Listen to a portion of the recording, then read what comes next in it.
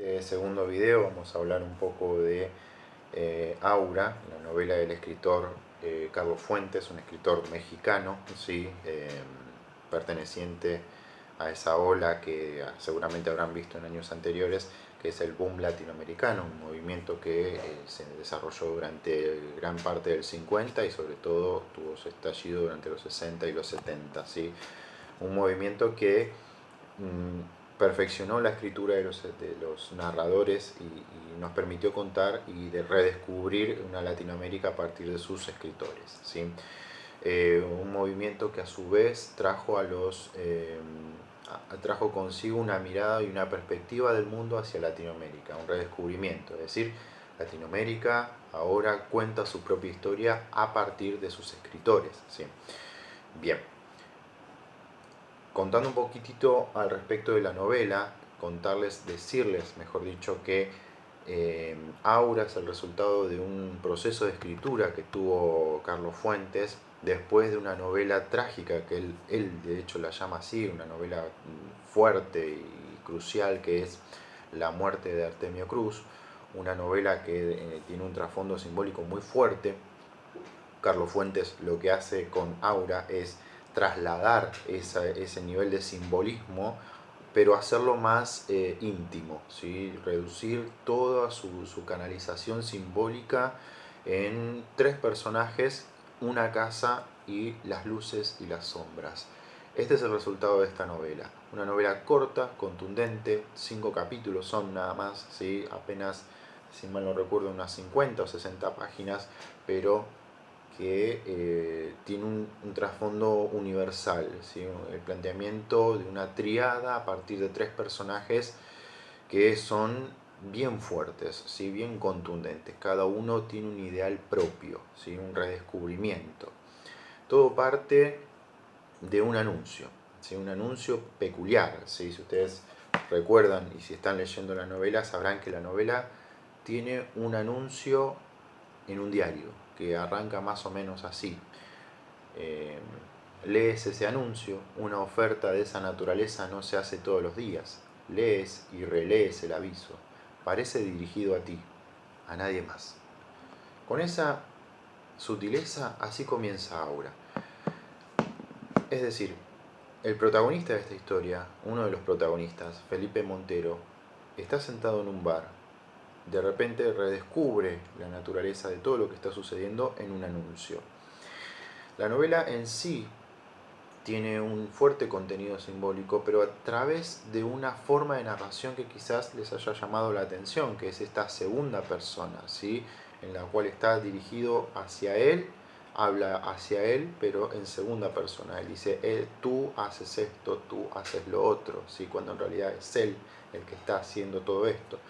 Es importante que tengan presencia de que hay un narrador que parece partirse, ¿sí? Y como si estuviera observándose y diciéndose a sí mismo, tú estás haciendo esto, ¿sí?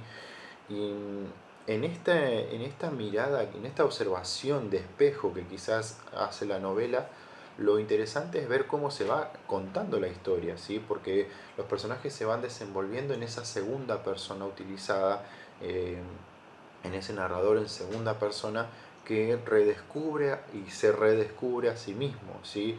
Uno podría decir que incluso el narrador no es Felipe Montero, sino que es el narrador de la historia, ¿sí? En la cual utiliza el cuerpo de Felipe Montero para contar esa historia, ¿sí?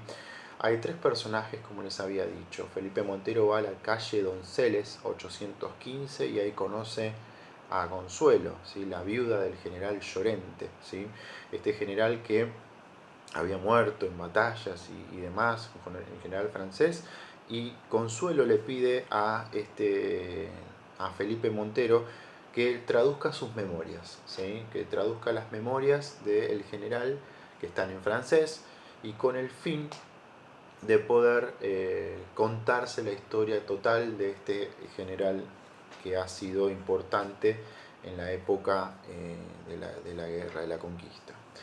Ahora, el primer capítulo de esa novela cierra de una forma fuerte, tangencial.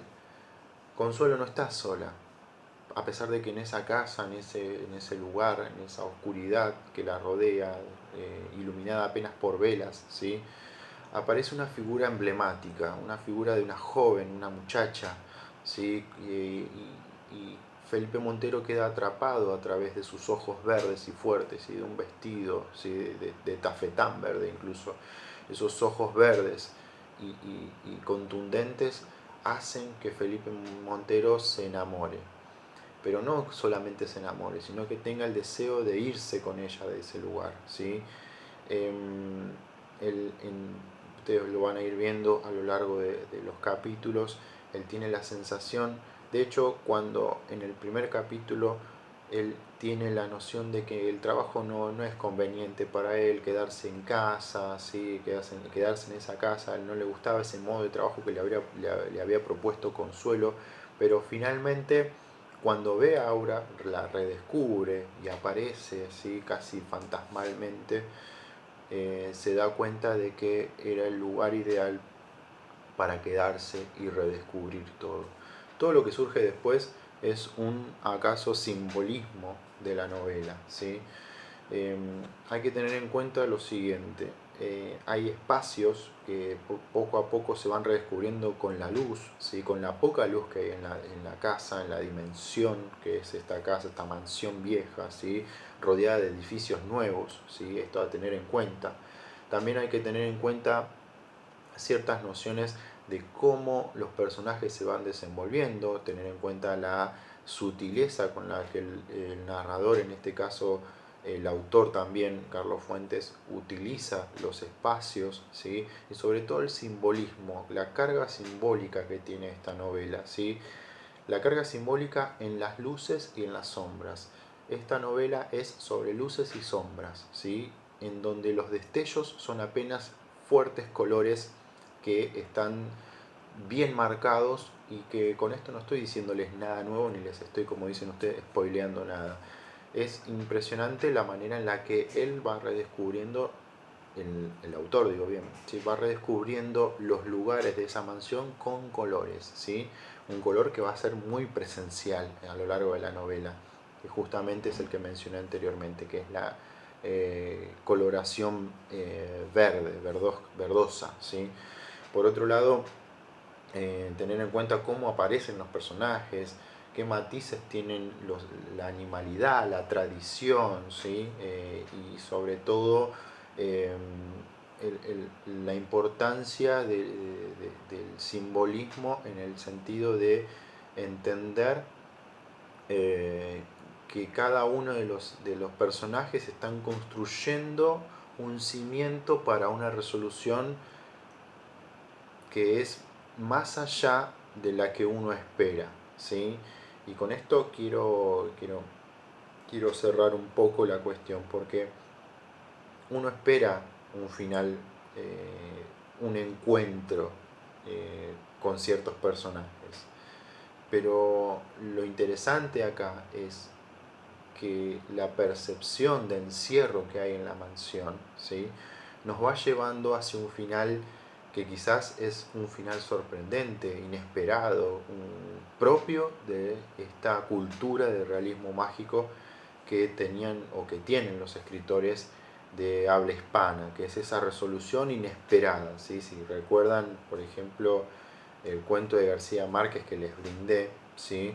Habrán notado que la resolución es una resolución un tanto excepcional, ¿sí? Que el marco dimensional de lo que uno esperaba se trastoca con lo inesperado, ¿sí? Ese es el matiz importante de esta percepción a la cual llamamos realismo mágico, ¿sí? Por otro lado, contarles por qué la elegí a esta novela. Principalmente porque me gusta, porque es una de las mejores novelas y sobre todo porque uno puede analizar objetivamente desde un marco simbólico que es un poco lo que vamos a trabajar de aquí en más con el resto de las novelas, para hacer un análisis incluso exteriorizando y canalizando cada una de esas percepciones que uno tiene al respecto de cuando se lee una novela, ¿sí? Carlos Fuentes es un autor que ha machacado con el fantástico, con la literatura fantástica, pero a su vez ha marcado mucho y ha mostrado muy bien el México de la época. Es decir, es uno de los pocos que ha logrado canalizar y mezclar la tradición mexicana con el realismo mágico. Es decir, ha actualizado ritos, mitos, simbolismos, ideas y demás, y las ha mezclado con lo nuevo que es el redescubrimiento de Latinoamérica. ¿Sí, chicos?